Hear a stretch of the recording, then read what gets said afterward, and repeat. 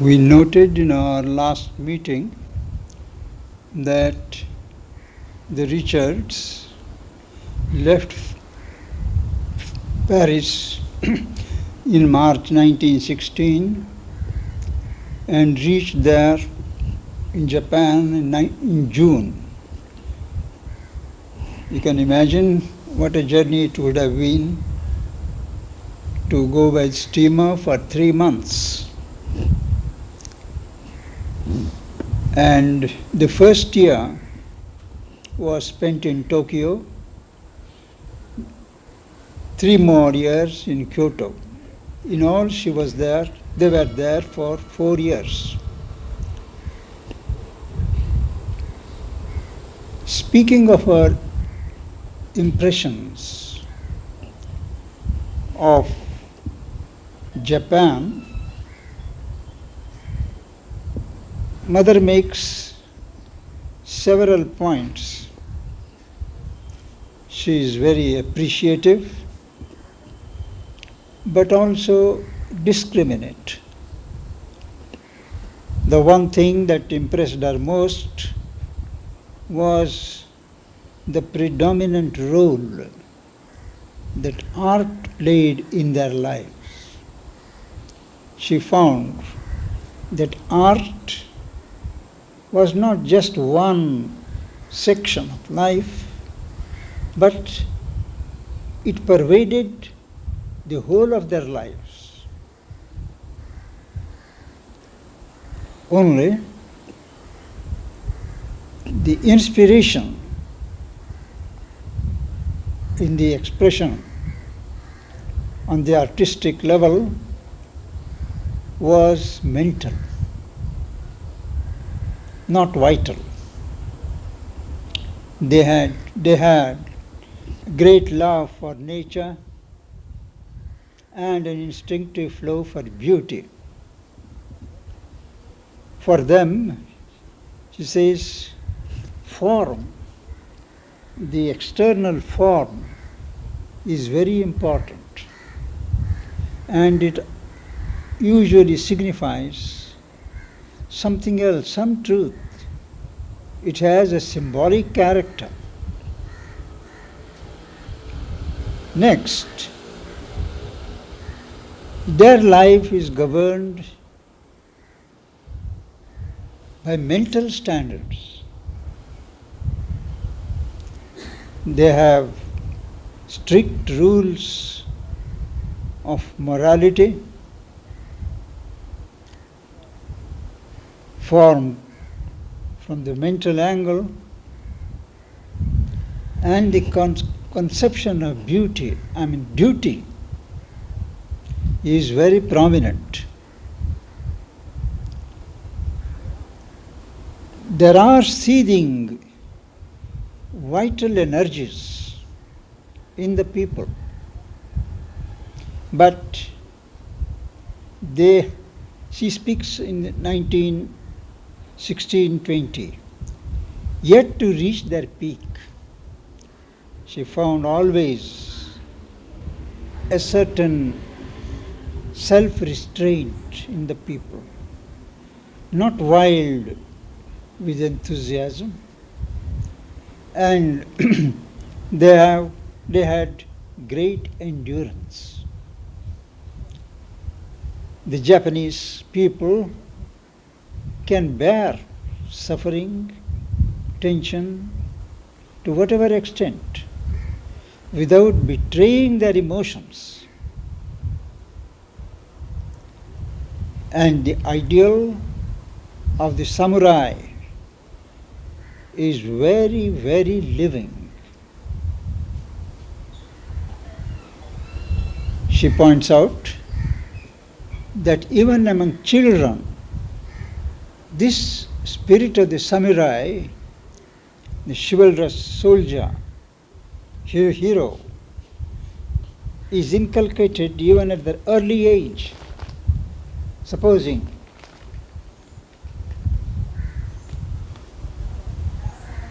a child, a growing child, falls down and starts crying, immediately the parents pay attention and tell him, "Are you not going to be a samurai?" And the child just shuts up. It immediately remembers that I am to grow into a samurai. Samurai corresponds to the ancient Indian ideal of a kshatriya. Noble, heroic, self-sacrificing, never self-proclaiming. That was the ideal of the kshatriya.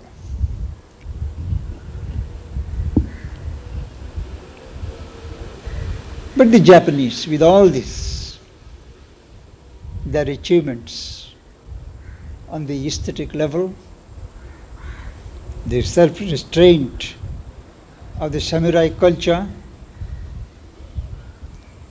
they have invented means of torture which are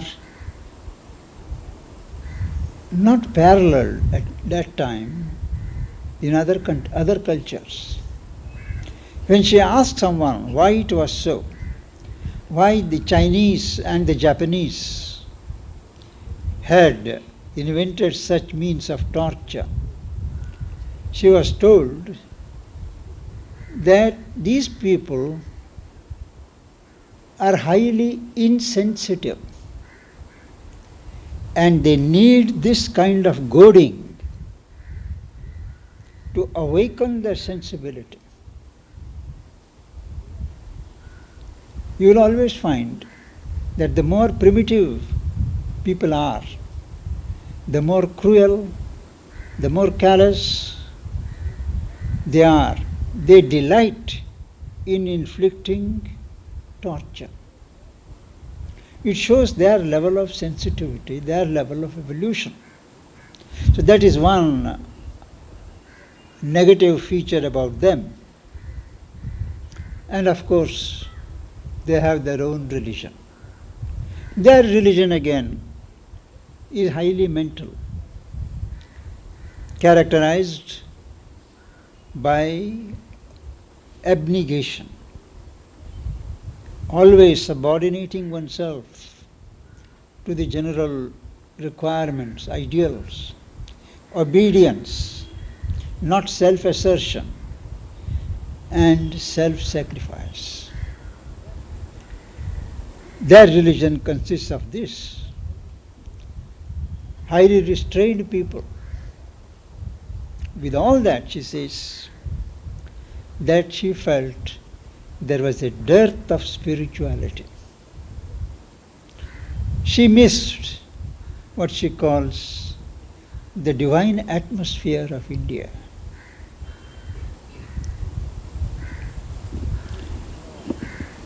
If she saw seeds of higher aspiration, she was sure they are meant for the future, not for the present.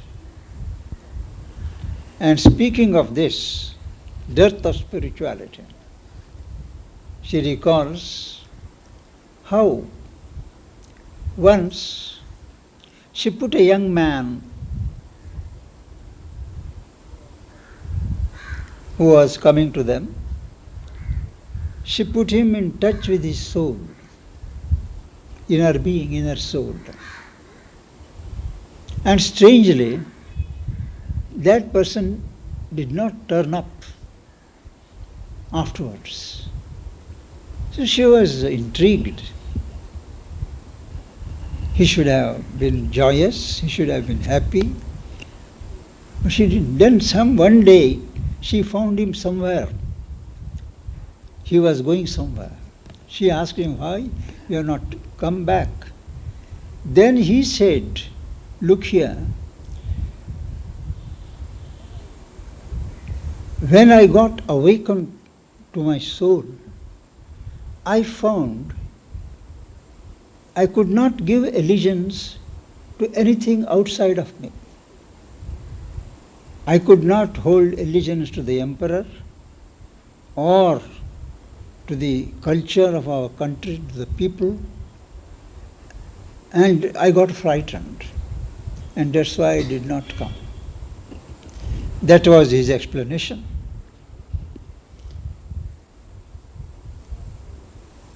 She had during this period number of experiences, some of which are recorded in her prayers and meditations. One of them, there were two or three, but today we will refer to one of them. She speaks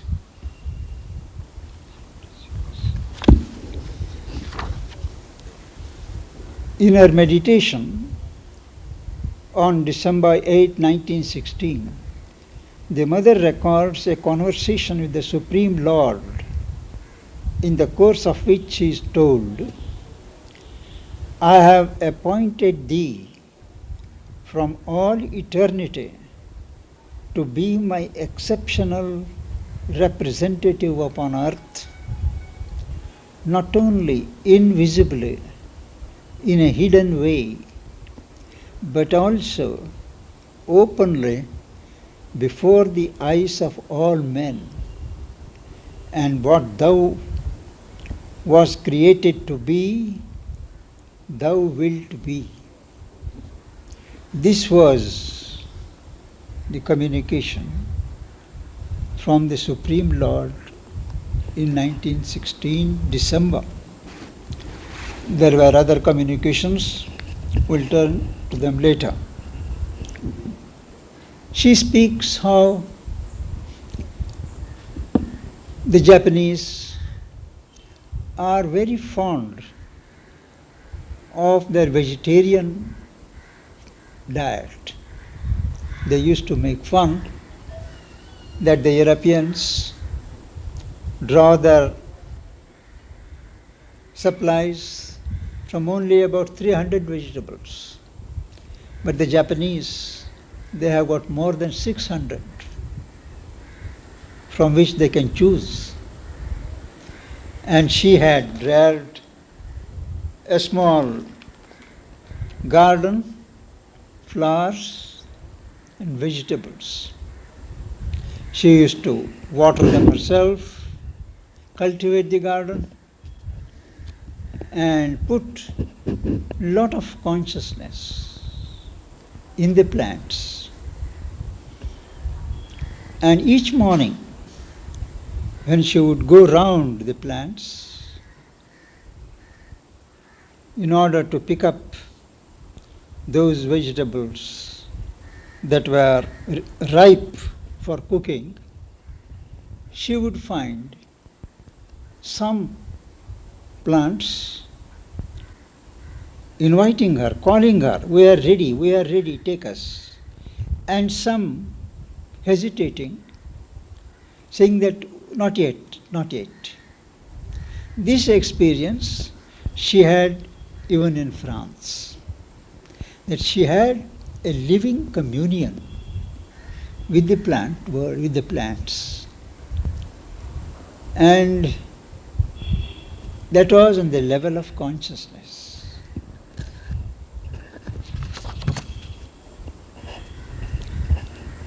And when she was in Tokyo, in the first year of her stay, they met one Dr. Okawa.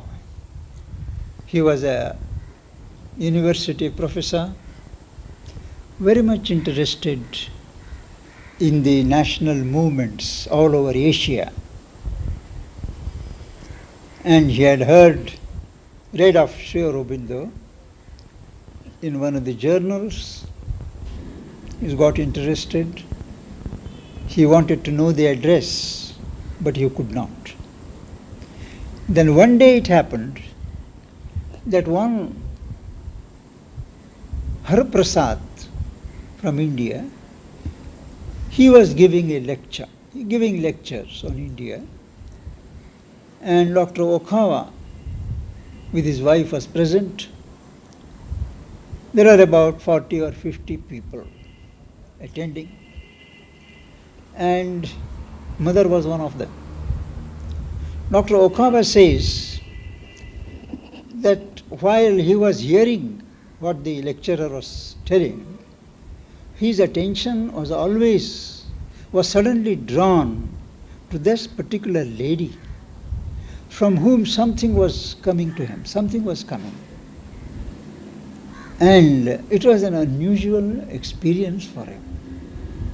So next morning, when he met Hariprasad, he spoke to him that he would like to meet that particular lady and where he could do that.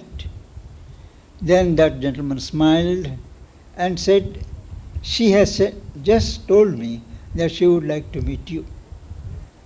And that's how Dr. Okawa and his wife met mother, and they came to know more of Sri Aurobindo, the movement around Sri Aurobindo. And he was also a participant in a spiritual group of meditations. And he says that she joined it, and they used to have periodical meetings.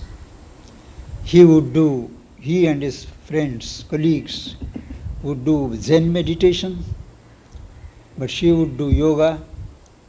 But all the same, they were meeting regularly. And when Dr. Iyengar and Professor Gokak, who had been on some literary mission to Japan during the 1960s, I believe, they met Okawa. They asked him what were his impressions of the mother. And then Okawa replies to them in detail. And there are certain portions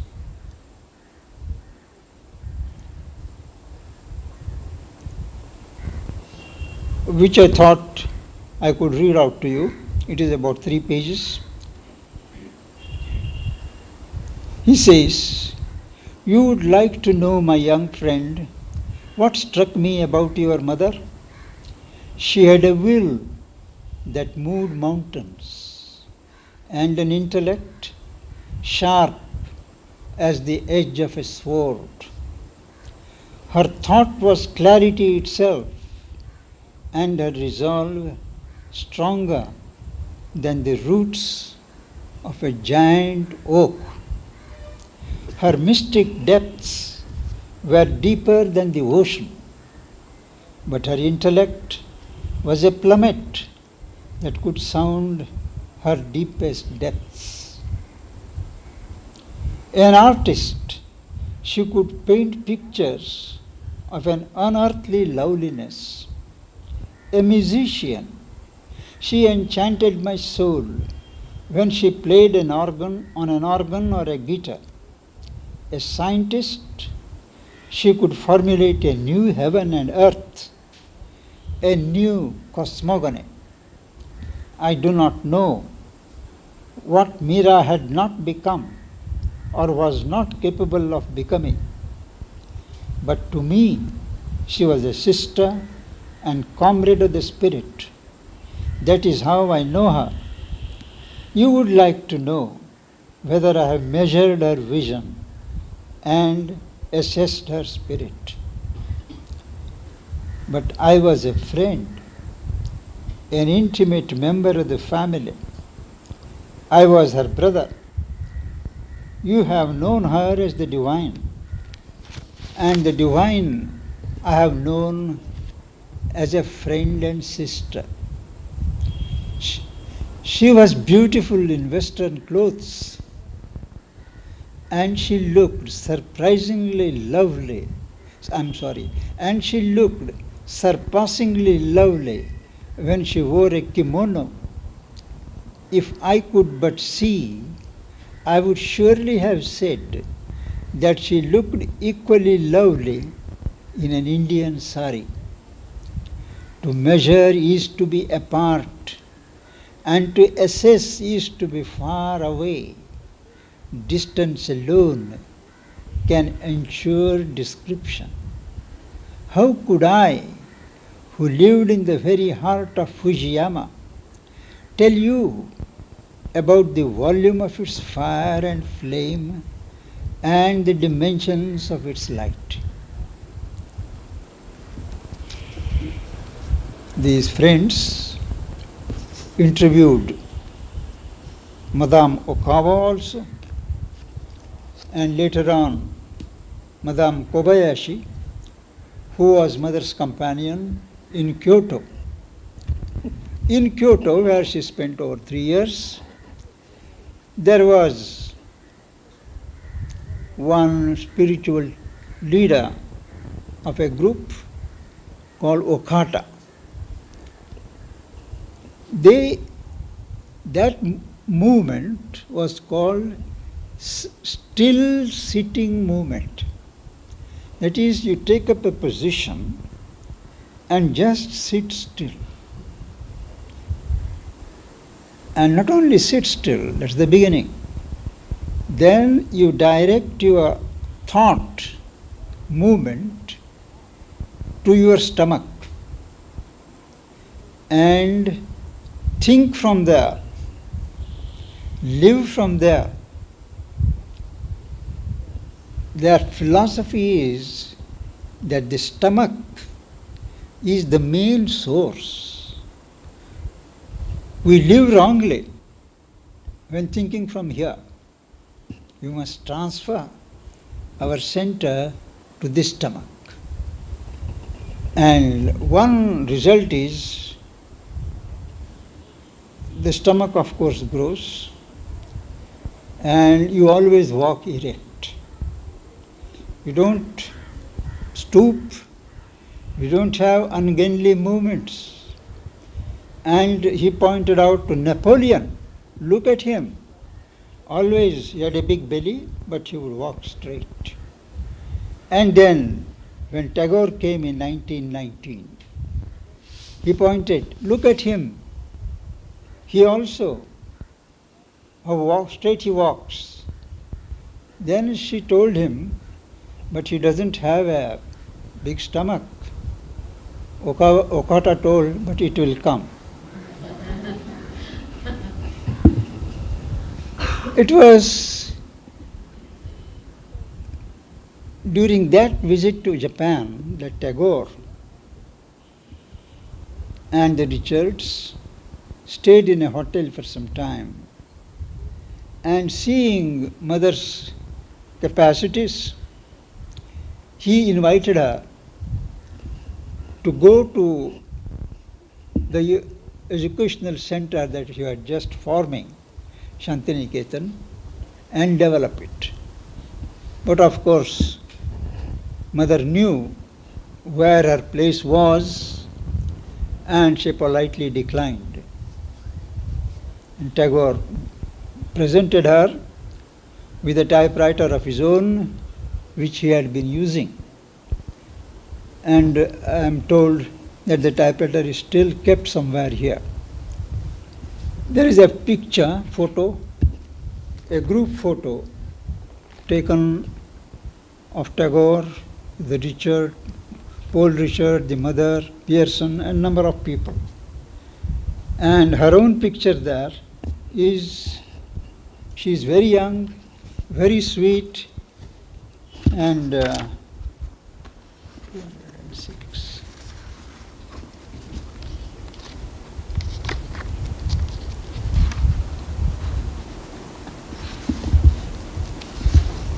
We have in our collection only a blown up picture of only her photo. It will be there in the reception. Showing that photograph of that group taken in Japan, mother told Sri Aurobindo, this is from Champaklal Speaks, which I had recorded. She points out to her picture and she tells Sri Aurobindo, this one is Mahalakshmi, sweet, lovable, tender, docile, beauty, harmony. I like to see this woman, like to meet her again. I like to see this creature again. That's what she tells Sri Aurobindo, pointing to her picture, taken in Japan with the Tagore. And that is as far as we are going to discuss this evening. And in the next session we'll have to cover one or two addresses that she gave in Japan, one or two experiences, spiritual, occult, that she had before she left for India in 1920 via China. But we will speak of it at our next session.